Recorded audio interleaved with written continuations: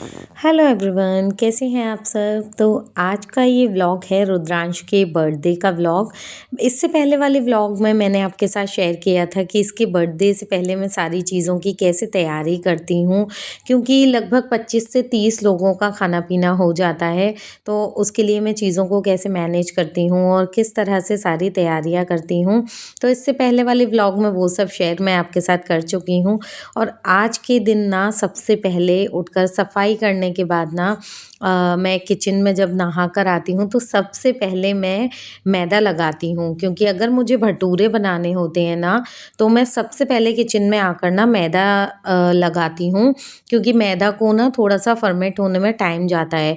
और मैं जो भटूरे बनाती हूँ उसमें मैं इनो डालती हूँ, तो इनो की वजह से ना मुझे सबसे पहले मैदा को ही रेडी करके रखना होता है, क्योंकि अगर मैदा फर्मेंट नहीं होती है ना तो भटूरे अच्छे नहीं बनते हैं, फूले-फूले नहीं बनते हैं। मैं जिस प्रोसेस से भटूरे बनाती हूँ ना, भटूरे एकदम मार्केट जैसे बनते हैं, जैसे छोटे-छोटे बबल्स वाले भटूरे ब मार्केट में मिलते हैं ना, उस टाइप के भटूरे बनते हैं और बिल्कुल भी ऑयली नहीं होते हैं ये। तो यहाँ ना मैं मम्मी जी से पूछ रही थी कि लगभग 2 किलो मैदा है, मैं पूरी लगा लूँ ना? तो उन्होंने बोला कि हाँ ठीक है, इतने लोगों में लग जाएगी।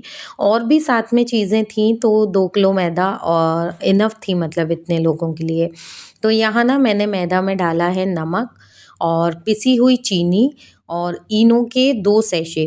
तो जैसे इनो मैं किस हिसाब से डालती हूँ, जैसे 1 किलो मैदा है तो 1 पूरा सैशे जाता है उसमें इनो का। और जैसे अब 2 किलो मैदा है तो 2 सैशे मैंने इसमें इनो के ऐड कर दिए हैं। उसके बाद मैंने इसमें डाला है 2 चम्मच ऑयल। सरसों का तेल नहीं है ये मतलब सिंपल आपको रिफाइंड ऑयल वगैरह डालना है इसमें। और पिसी हुई चीनी और नमक डाला है। और फिर ना केटल में जो आप पानी देख रहे हैं वो गर्म पानी नहीं है, गर्म पानी से आपको कभी भी भटूरे की मैदा नहीं लगानी होती है। तो मैंने क्या किया था, बहुत ही ज़्यादा हल्का-सा बस पानी, बहुत ज़्यादा ठंडा था, तो बस उसको हल्का-सा मतलब गर्म किया था जिससे कि उसकी ठंडक ख़त्म हो जाए। और फिर ना मैदा लगा ली थी सारी।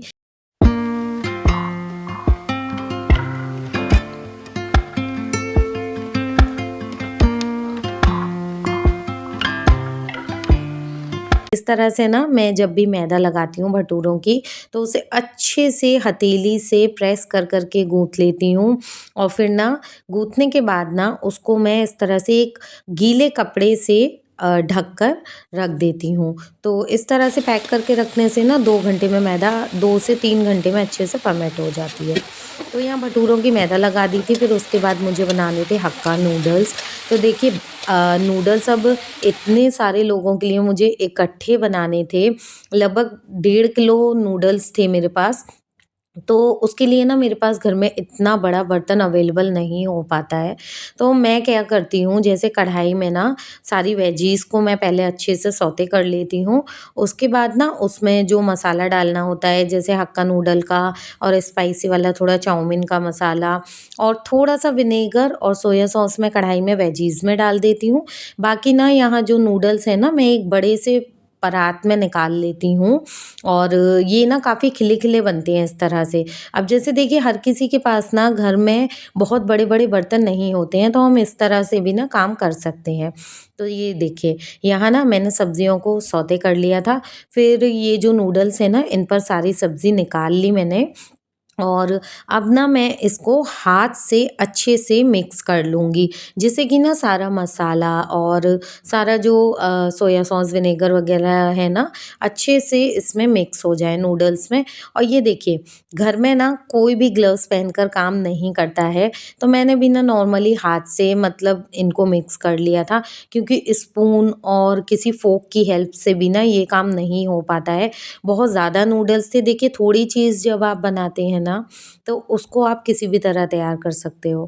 पर जब आप कोई चीज़ क्वांटिटी में बना रहे हो, बहुत ज़्यादा क्वांटिटी में बना रहे हो, तो थोड़ा बहुत ना चीज़ों को मैनेज करना ही पड़ता है। तो यहाँ ना नूडल्स को मैं ना अच्छे से इस तरह से मिक्स करके ना एक बड़े बर्तन में जैसे भगोने वगैरह में रख लेती हूँ। फिर जब मैं सर्व करती हूँ ना, तो माइक्रोवेव में इन्हें गरम करती जाती हूँ और फिर मैं बच्चों को सर्व करती हूँ। तो ये खाने में ना बहुत टेस्टी लगते हैं और खिले-खिले बनते हैं। तो यहाँ ना नूडल्स बन गए थे, फिर नूडल्स के बाद मम्मी जी ने बनाया था पुलाव। तो पुलाव ना हमेशा मम्मी जी ही बनाती हैं। तो मम्मी जी ना यहाँ आज पुलाव बना रही थी कढ़ाई में। वैसे नॉर्मली कुकर में ही बनाते हैं, बट आज बोली कि मैं कढ़ाई में ट्राई करती हूँ। कढ़ाई में क्या है, जैसे हलवाई बनाते हैं ना भगोने में, उस तरह से मम्मी जी ने बनाया था और बहुत ही अच्छा खिला-खिला एकदम बढ़िया पुलाव बनकर तैयार हुआ था। तो यहाँ मम्मी जी ने सारे मतलब मसाले वग़ैरह डालकर ना और उसमें चावल डाल दिए थे जो हमने भिगोए थे, और फिर उसमें पानी डालकर पनीर और काजू वग़ैरह जो फ्राई किए थे, वो सब डालकर इसको ढक दिया था और इस पर थोड़ा-सा वेट रख दिया था। तो थोड़ी बहुत देर में ना ये भी बहुत अच्छे से बन गए थे। इधर पुलाव तो बन ही रहा था, तब तक मुझे बनाने थे ग्रिल सैंडविच। तो चीज़ सैंडविच जो होते हैं, तो उसके लिए ना मैंने क्या किया था, सारी सब्जियों को बारीक चॉप करके ना उसमें थोड़ा-सा नमक डाल के रख दिया था। नमक डाल के रखने से क्या होता है ना, सब्जियों में जो पानी होता है ना, वो सारा रिलीज़ हो जाता है और फिर पानी जब अच्छे से सब्जियाँ छोड़ देती हैं, तो ना फिर मैं उसे इस तरह से किसी भी एक कपड़े में डालकर ना निचोड़ लेती हूँ। तो ऐसा करने से क्या होता है ना, जब हम स्टफिंग तैयार करते हैं, तो स्टफिंग ना मतलब वैसी नहीं होती है, गीली-गीली नहीं होती है, बहुत अच्छी स्टफिंग बनकर तैयार होती है। तो यहाँ ना स्टफिंग की तैयारी कर दी थी मैंने और बीच-बीच में सोचा कि थोड़ी-सी क्लीनिंग भी कर लूँ, क्योंकि क्या है कि अगर क्लीनिंग नहीं करती हूँ ना, तो सामान इधर-उधर बहुत फैल जाता है, तो फिर ना मेरा हाथ नहीं चलता है किचन में काम करने में। तो यहाँ जल्दी से मैंने थोड़ी-सी सफाई भी कर दी थी साथ में।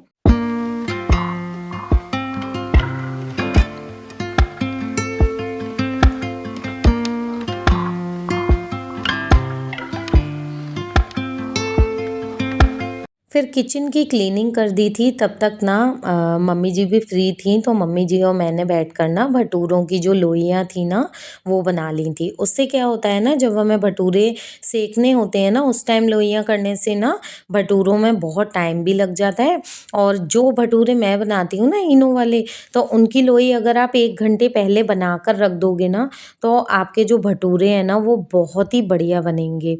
तो मैं तो हर बार ही ना घर में भी नॉर्मली अगर भटूरे बनाती हूँ, तो मैं 1 घंटे पहले ना सारी लोइयाँ भी बनाकर रख देती हूँ। तो यहाँ मम्मी जी ने मेरी हेल्प करवा दी थी लोइयाँ बनाने में। हम दोनों ने मिलकर फटाफट से ये काम कर लिया था।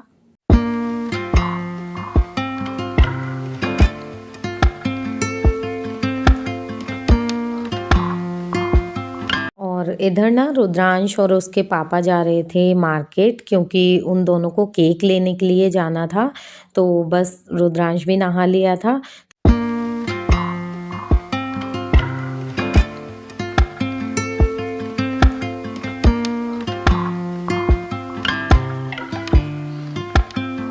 तो बस भटूरों की लोइयाँ बन चुकी थी। फिर ना मैंने यहाँ छोले रेडी कर लिए थे, तो उसके लिए ना ऊपर से एक मैं तड़का डालती हूँ बनाकर, जिसमें मैं पनीर, टमाटर और हरी मिर्ची, धनिया वगैरह डालकर देगी मिर्ची के साथ एक तड़का तैयार करती हूँ, वो ऊपर से छोलों में डालती हूँ। तो उससे ना छोलों में टेस्ट तो आता ही है और ऊपर से देखने में भी ना बहुत अच्छे लगते हैं। तो बस मैंने तड़का तैयार कर लिया था और छोलों में वो तड़का ऐड कर दिया था। तो छोले भी मेरे कंप्लीटली बनकर तैयार हो गए थे। फिर उसके बाद ना अब थोड़ा-सा काम अब और रह गया था। वो सब काम करके मुझे फ्री होना है जल्दी-जल्दी। किचन का काम हो जाएगा क्योंकि बच्चों के आने का टाइम हो रहा है, तो मुझे अभी सैंडविच भी तैयार करने हैं। अब यहाँ ना सैंडविच की स्टफिंग के लिए जो सब्जियाँ थी सारी, वो मैंने तैयार कर ली थी। फिर उसमें मैंने डाला नमक और काली मिर्ची पाउडर। बहुत ज़्यादा कुछ चीज़ सैंडविच में नहीं डलता है, पर उसमें नमक, काली मिर्ची के साथ ना मैंने डाला था मेयोनीज़ और ऑरिगैनो। तो ये देखिए मेयोनीज़ भी ना काफ़ी डाल दिया था मैंने इसमें, और फिर डाला था मैंने इसमें चीज़। तो चीज़ को भी ना मैंने इसमें ग्रेट कर लिया था। ऑरिगेनो थोड़ा-सा ना इसमें ज़्यादा क्वांटिटी में जाता है, और ये जो चीज़ सैंडविच है ना, ये बच्चों को इतने ज़्यादा पसंद आए थे। मैंने इतने सारे सैंडविच बनाए थे, फिर भी वो ना कम पड़ गए थे मतलब। तो मुझे ना यहाँ मैंने सोचा कि सारे सैंडविच ना पहले से फ़िल करके रख लूँगी, जब बच्चे आएँगे तो उन्हें ना मैं तवे पर सेक कर सर्व कर दूँगी। तो ये देखिए स्टफिंग रेडी हो गई थी, तो इस तरह से सिंपल मैंने इनको स्प्रेड करके ना स्टफिंग को सैंडविच तैयार कर लिए थे। और ये वाले सैंडविच ना मैंने घर में भी मतलब बनाए हैं, बट इस तरह से चॉप करके नहीं बनाए थे। बट इस बार जो चॉपिंग करके मैंने बनाए ना, तो ये बहुत ही ज़्यादा टेस्टी बने थे, एकदम मार्केट जैसे लग रहे थे। बच्चों ने तो बोला कि आंटी आपने इतने कम क्यों बनाए, ज़्यादा बनाते आप। मैंने कहा बच्चों मुझे आइडिया नहीं था, नेक्स्ट टाइम ना आप लोगों के लिए बहुत ज़्यादा बनाऊँगी ये वाले सैंडविच। तो ये देखिए बहुत ही बढ़िया तरीके से सिर्फ 2 मिनट में सिक चुका है ये सैंडविच। और अभी ये वाला सैंडविच ना मैंने बनाया था रुद्रांश और उसके पापा के लिए, तो उनको दे दिया। अब किचन की क्लीनिंग भी हो गई है। तो रुद्रांश के बर्थडे पर क्या है ना, सबसे पहले जो खाना बनता है ना, वो मैं अपने बिल्डिंग के जो हमारे कुछ हेल्पर्स हैं, जैसे कि गार्ड हैं और एक बाबा हैं हमारे यहाँ, और भी लोग हैं माली वगैरह जो हैं, उन सभी को ना मैं रुद्रांश के बर्थडे पर खाना ज़रूर खिलाती हूँ। तो अभी ना नीचे सारे लोग नहीं थे, तो अभी जो हमारे गार्ड हैं और माली जो हैं वो थे, तो उन लोगों का मैंने प्लेट लगा दी थी। तो जो भी कुछ मैं बनाती हूँ ना, सारा कुछ नीचे ज़रूर भेजती हूँ उन लोगों के लिए, क्योंकि वो लोग भी ना खाकर खुश हो जाते हैं। और होता क्या है ना कि हम लोग ज़्यादा कुछ तो कर नहीं पाते हैं, कहीं मतलब किसी को खिलाना या देना, तो मैं कोशिश करती हूँ कि अगर घर बैठे ही इन लोगों को थोड़ा-सा खिला देती हूँ, तो मुझे अच्छा लगता है। और वो लोग भी ना खाकर बहुत खुश होते हैं, रुद्रांश को मतलब इतना आशीर्वाद देते हैं, तो बहुत अच्छा लगता है सुनकर। तो यहाँ प्लेट रेडी हो चुकी हैं, अब बस भटूरे सेकने थे, तो मैंने भटूरे भी सेक दिए हैं। और बाकी ना मतलब एक्स्ट्रा थोड़े से छोले वगैरह मैं साथ में रख देती हूँ, उससे क्या होता है कि कम पड़ते हैं, तो वो लोग उसमें से ले लेते हैं छोले वगैरह। तो यहाँ प्लेट लग गई थी, और रुद्रांश के पापा और मैं नीचे जाकर उन लोगों को देकर आ जाएंगे अभी। और ये काम करने के बाद बस बच्चे भी आ गए थे सारे, और घर में बहुत शोर हो रहा था बच्चे आ गए थे तो, क्योंकि वो लोग सब मस्ती कर रहे थे। तो मैं ना जल्दबाजी में पॉपकॉर्न बनाना तो भूल ही गई थी बच्चों के लिए। तो बच्चे बैठे थे बातें कर रहे थे, तब तक मैंने सोचा फटाफट से 2 मिनट में पॉपकॉर्न बना देती हूँ। तो मैंने जल्दी से बच्चों के लिए मैगी मसाला वाले पॉपकॉर्न बनाए थे, क्योंकि सिंपल वाले जो पॉपकॉर्न होते हैं ना, नॉर्मली वो तो सभी बनाते हैं, मैगी मसाले वाले पॉपकॉर्न ना बच्चों को बहुत ज़्यादा पसंद होते हैं। तो मैं ना मैगी का जो मसाला होता है वो पॉपकॉर्न में ऊपर से स्प्रिंकल कर देती हूँ। जब पॉपकॉर्न रेडी हो जाते हैं ना, तो उनको जिस भी बोल में सर्व करना होता है उसमें निकालने के बाद ना काफ़ी सारा मैगी मसाला ऊपर से पॉपकॉर्न पर डाल देती हूँ। तो ये देखिए पॉपकॉर्न बनने के बाद ना मैंने इस पर मैगी मसाला डालकर बच्चों को सर्व कर दिया, और बच्चों को ये वाले पॉपकॉर्न इतने ज़्यादा पसंद आए थे। वैसे ना बच्चों को सारा ही खाना बहुत पसंद आया था, और मतलब खुश हो गए थे बच्चे खाकर, और बच्चे तारीफ़ कर देते हैं ना, तो मन खुश हो जाता है सुनकर। ये देखिए यहाँ ना सारे बच्चे अभी नहीं आए हैं, बट जितने आए थे ना वो लोग भी ना खाकर देखिए खुश हो गए थे, तारीफ़ कर रहे थे कि आंटी बहुत अच्छे बने हैं। और यहाँ बच्चों की बातें चल रही थी, मस्ती चल रही थी, और रुद्रांश के पापा बलून रेडी कर रहे थे। तो यहाँ ना बच्चों को मैंने कुछ गेम्स खिलाए थे।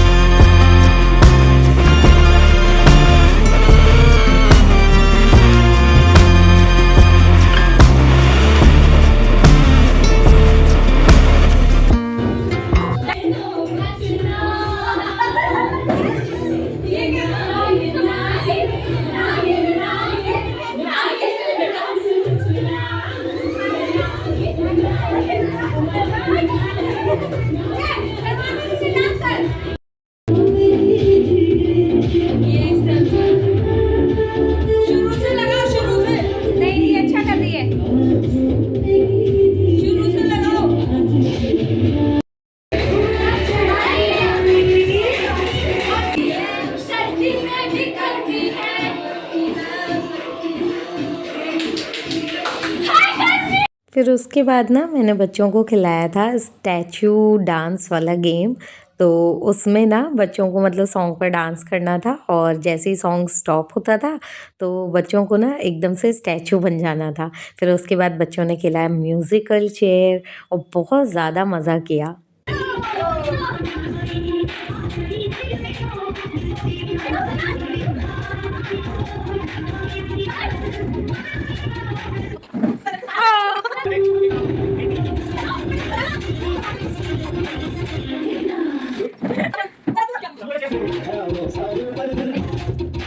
फिर गेम्स सारे कंप्लीट हो चुके थे। फिर उसके बाद ना हम लोगों ने केक कट करवाया और रुद्रांश का केक कट होने के बाद ना फिर बच्चों ने सबने साथ में बैठकर खाना खाया। तो बच्चे एक्साइटेड थे कि ये जो बड़ा वाला बलून है ना ये कब फूटेगा, इसमें से कैंडी निकलेंगी और हम ना कैंडी उठाएंगे। तो फ्रेंड्स बस यही था रुद्रांश के बर्थडे का व्लॉग। इसके बाद बच्चों ने डिनर किया और बस बहुत ज़्यादा एंजॉय किया।